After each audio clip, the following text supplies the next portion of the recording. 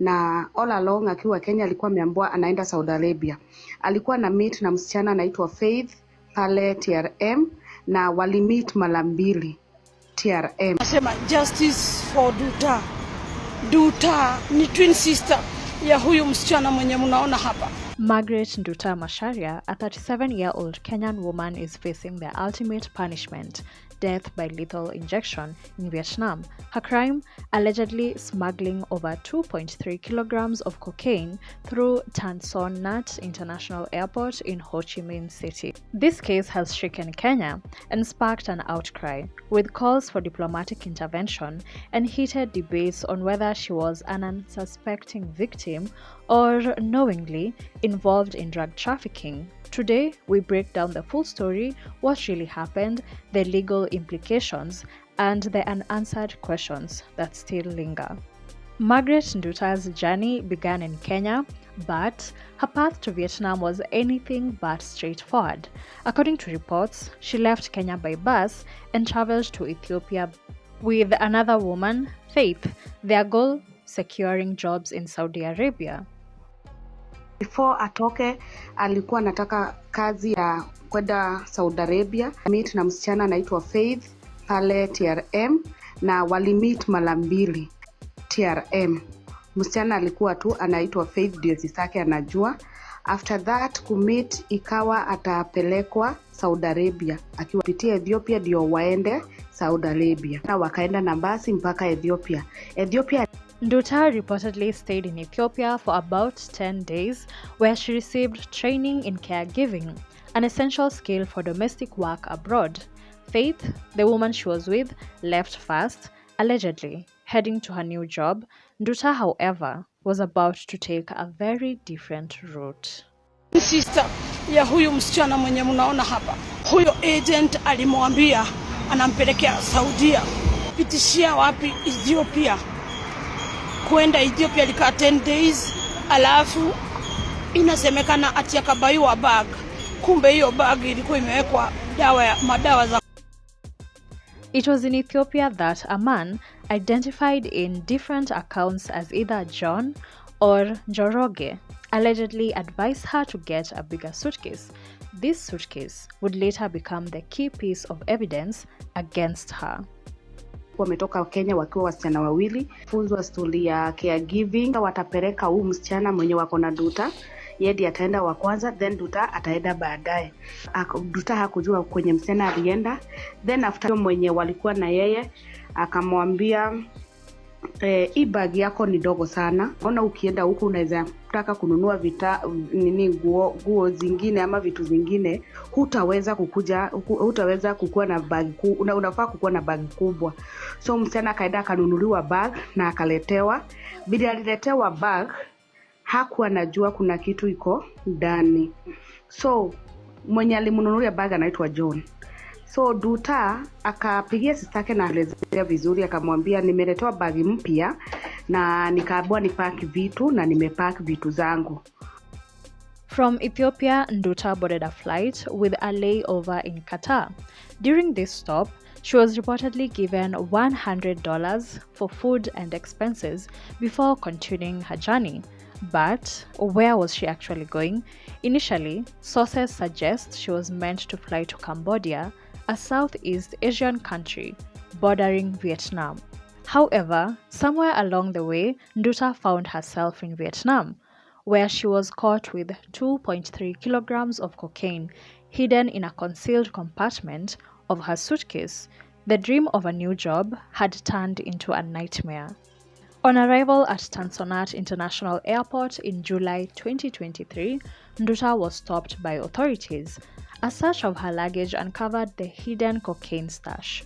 She was immediately arrested and charged with drug trafficking, a crime that carries one of the harshest penalties in Vietnam.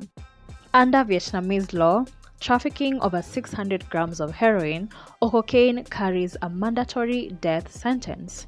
Nduta was accused of smuggling over 2.3 kilograms, far above the threshold.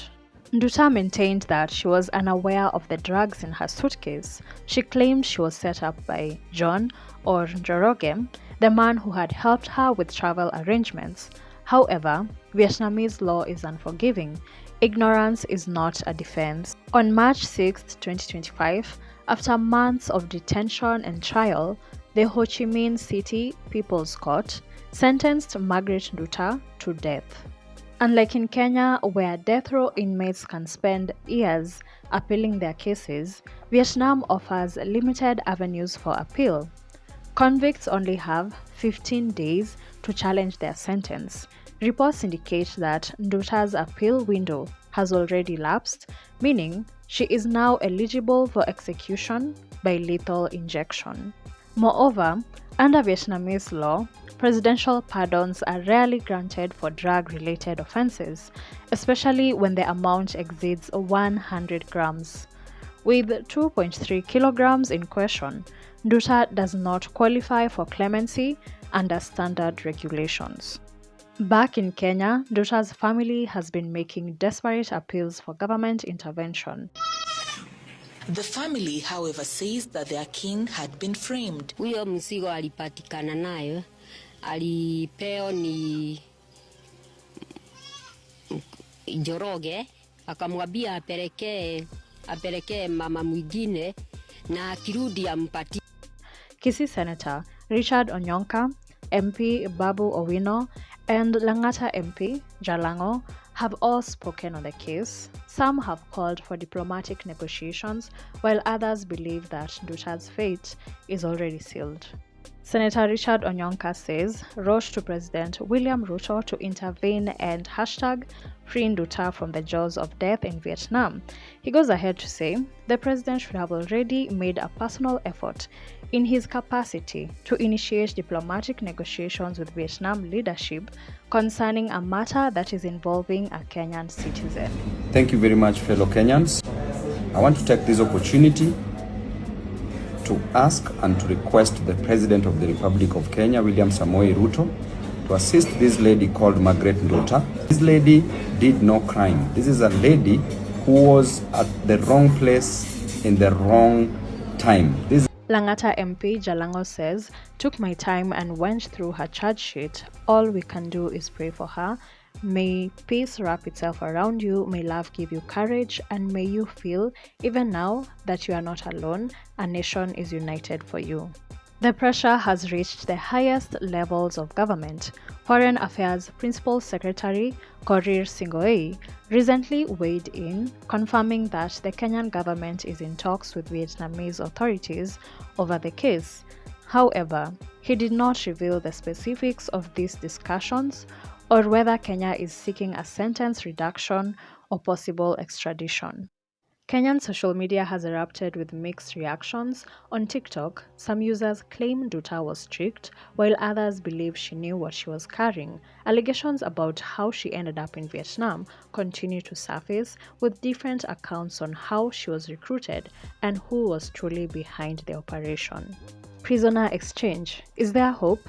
In 2015, Kenya enacted the Transfer of Prisoners Act, allowing Kenyans jailed abroad to serve their sentences back home, but only if a bilateral agreement exists. And here's the problem. Kenya has no prisoner exchange agreement with Vietnam. Without it, bringing Nduta back legally seems almost impossible. Another issue is diplomatic challenges. No Kenyan embassy in Vietnam and vice versa. Adding to the complexity, Kenya and Vietnam do not have resident embassies in each other's countries. This means all diplomatic matters, including prisoner assistance, must be handled through non-resident embassies, which slows down negotiations. A global debate. Should Kenya intervene? This case has sparked a wider debate on Kenya's role in protecting its citizens abroad. Should Kenya negotiate for Nduta's return, or does she have to face the consequences of a crime committed in another country? Many argue that drug mules are often vulnerable individuals manipulated by international traffickers. Others counter that Vietnam's tough stance is necessary to deter crime. So what happens next? I bet that's one question on everyone's mind. back at home here in Kenya. As of now, Nduta's fate hangs in the balance. The Kenyan government has expressed concern, and while talks with Vietnam are reportedly ongoing, there is no clear indication of what outcome they hope to achieve. With no appeal left and little hope for a presidential pardon, she could face execution at any time. One thing is clear, this is not just a case about one woman. It's a wake-up call about the dangers of human trafficking, drug syndicates, and the devastating consequences of getting caught in the wrong place at the wrong time. What are your thoughts? Should Kenya fight for Nduta's return, or does Vietnam's law have to stand? Let us know in the comments. If you found this video informative, give this video a thumbs up, subscribe, and stay tuned for more gripping stories. See you next time. Atafika kwanza Vietnam, then aende Saudia. Kumbe ilikuwa imehoye. Guys, wacheni kama kuna wakati tunahitaji Mungu ni saa hii.